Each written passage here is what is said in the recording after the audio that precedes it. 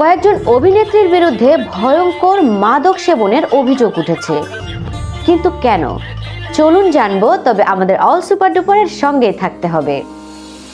বন্ধুরা, খুবই মন খারাপ হচ্ছে।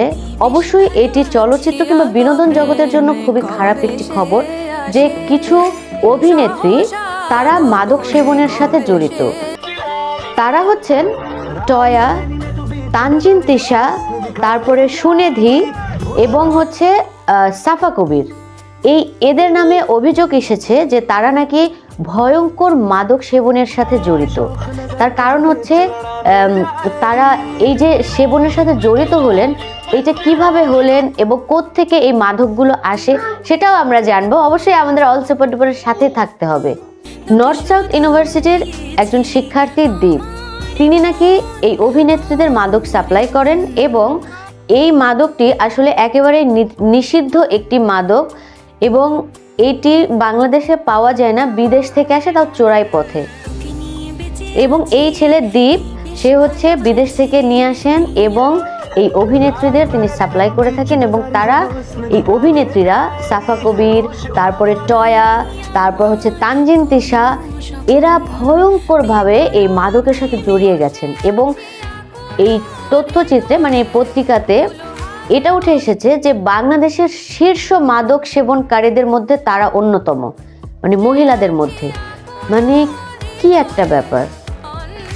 যাই হোক, এখন পর্যন্ত আসলে অভিযোগ এসেছে, কিন্তু এটা কতটুকু সত্য এটা তো প্রমাণও হওয়ার আসলে ব্যাপার আছে।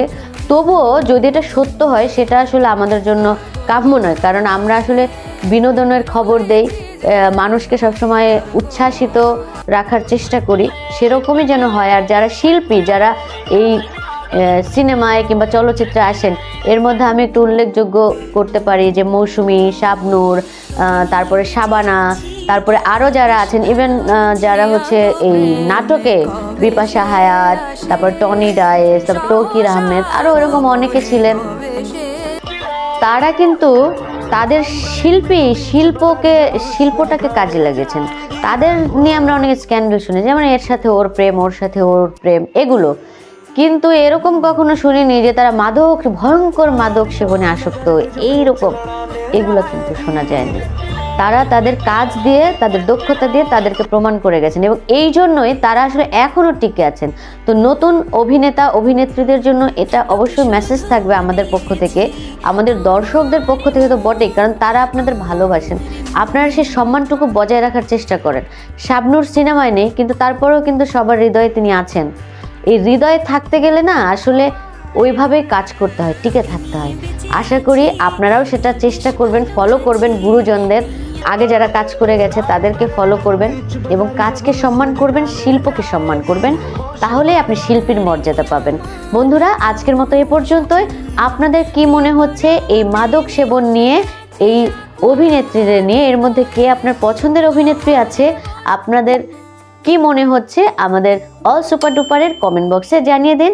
আজকের মতো বিদায় নিচ্ছি, সবাই ভালো থাকুন, সুস্থ থাকুন।